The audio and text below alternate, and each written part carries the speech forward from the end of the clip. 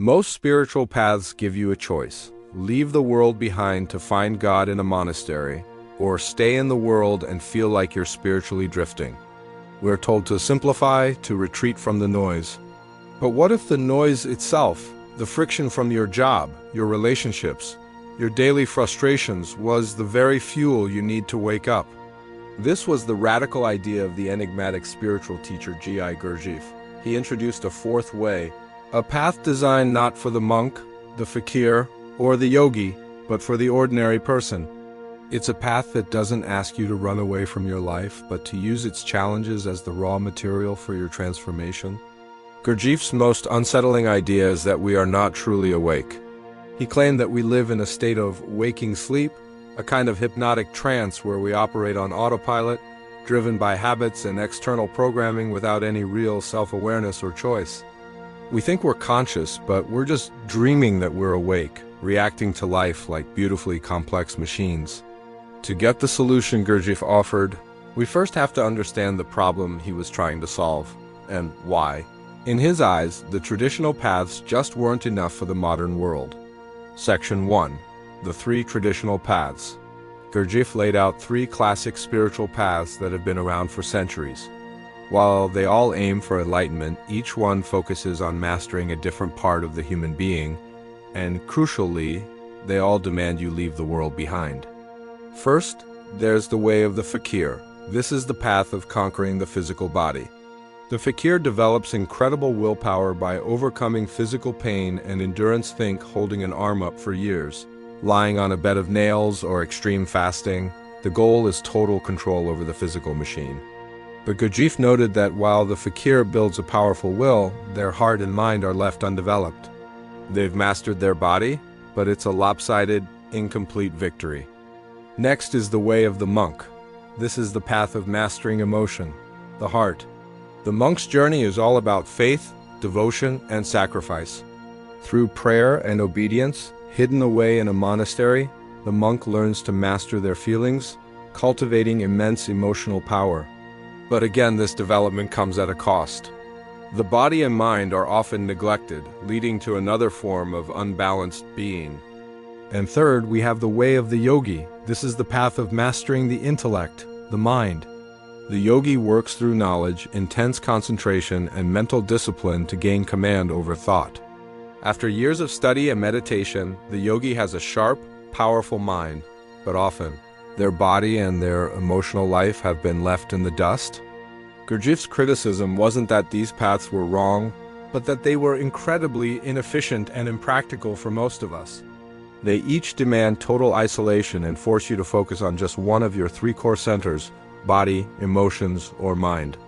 You could spend decades mastering one, only to realize you have to start from scratch to develop the other two. Gurdjieff saw this as a journey very few could ever hope to complete, especially in a modern world that demands we have a job, a family, and a place in society. This is where his radical alternative steps in. Section 2. The fourth way. The path of the householder. The fourth way is different. It doesn't ask you to run off to a desert or a monastery. It's meant to be practiced right here, in the middle of your ordinary life, which is why it's sometimes called the way of the householder. Instead of working on the three centers: mind, heart, and body one by one, the fourth way works on all three at the same time. That's its secret weapon. It doesn't demand that you give up the world. It demands that you engage with it. The very friction that other paths try to get away from your difficult boss, your challenging relationships, your daily annoyances, becomes the primary material for your work. Gurdjieff taught that real inner unity is forged in the struggle between yes and no inside of you. If you live without that inner struggle, you'll simply stay as you are. This is also why Gurdjieff called it the sly way. The sly man knows a secret the fakir, monk, and yogi don't. He doesn't have to abandon his life because he's learned how to use it. By working on mind, feeling, and body all at once, he saves an incredible amount of time. Gurdjieff said that what takes a fakir a month, a monk can do in a week, and a yogi in a day. But the fourth way practitioner, by working on all three parts of their being in their actual life, moves even more efficiently. Unlike the traditional ways, the fourth way has no permanent form. It's not a religion with fixed institutions. It appears and disappears based on the needs of a specific time, sometimes acting like a temporary ark to preserve deep knowledge before the other ways are ready to be renewed. Its purpose is simply to provide practical tools for waking up. This idea of using your actual life as it is right now as your spiritual practice is a game changer. If this is clicking for you and you're getting value from this explanation, go ahead and hit the like and subscribe buttons.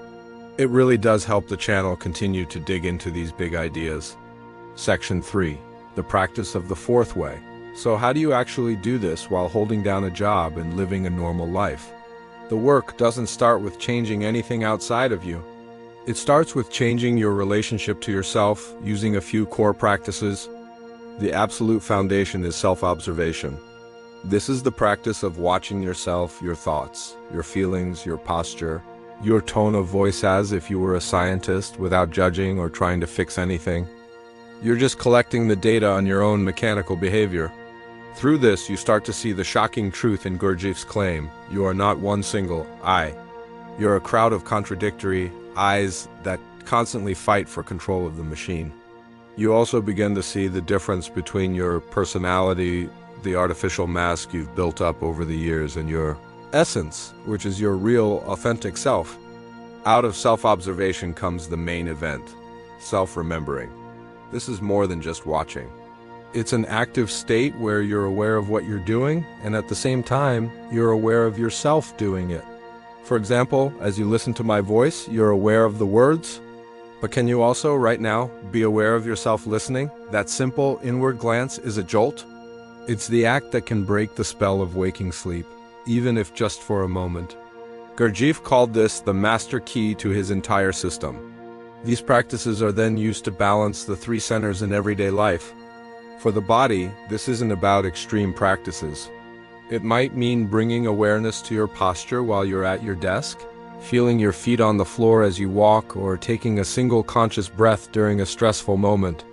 It's about using the body's intelligence instead of just letting it run on autopilot. For the emotions, the work is about identification. When a negative emotion like anger or anxiety pops up, you practice observing it without becoming it. You don't suppress it, but you don't indulge it either.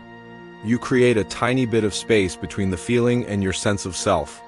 This practice can transform the massive energy of negative emotions from something destructive into fuel for consciousness. For the mind, the work is about verification. The fourth way is not a system of belief. You are expected to test every single idea for yourself and only accept what you can prove in your own experience. It also involves exercises to build concentration and learn to see beyond your conditioned, repetitive thought patterns. Finally, Gurdjieff stressed the need for working in groups. A school gives you a place to learn from someone with more experience, but just as important, the friction you experience with other students acts as a perfect mirror for seeing your own mechanical reactions in real time. The three traditional paths, the way of the fakir, the monk, and the yogi, are powerful, but they are specialized. They ask you to leave the world to master either the body, the heart, or the mind. Gurdjieff's fourth way is a direct answer to that. It's the path for the rest of us, designed for the chaos of modern life.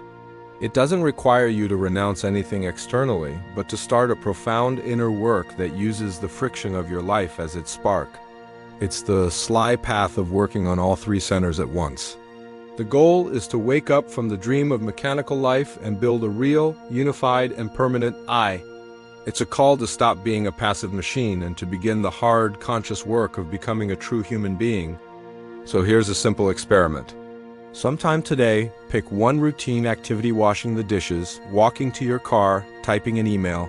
For just 2 minutes, try to self-remember. Be aware of the action, but also bring a sliver of your attention inward to the feeling of your own presence. Right here, right now. Don't worry about whether you're succeeding or failing. Just make the attempt. As Gurdjieff's student ouspensky wrote in his book, "In Search of the Miraculous, to awaken means to realize one's nothingness. That is, to realize one's complete and absolute mechanicalness and one's complete and absolute helplessness. It's only from that honest and often jarring starting point that the real work of becoming truly alive can begin. The fourth way is called the path of the householder. It does not require you to leave the world, but to wake up within it. However, simply deciding to follow this path is not enough. You see, Gurdjieff taught that the human machine is currently broken. You may think you are making decisions with a single mind, but you are actually being pulled apart by three entirely different intelligence centers living inside you. If you do not understand how these three brains operate, you cannot even begin the work. You will just be a machine, imagining that it is working. We break down exactly how these three centers control your life and how to balance them in our next video titled, "You have three brains, but use only one."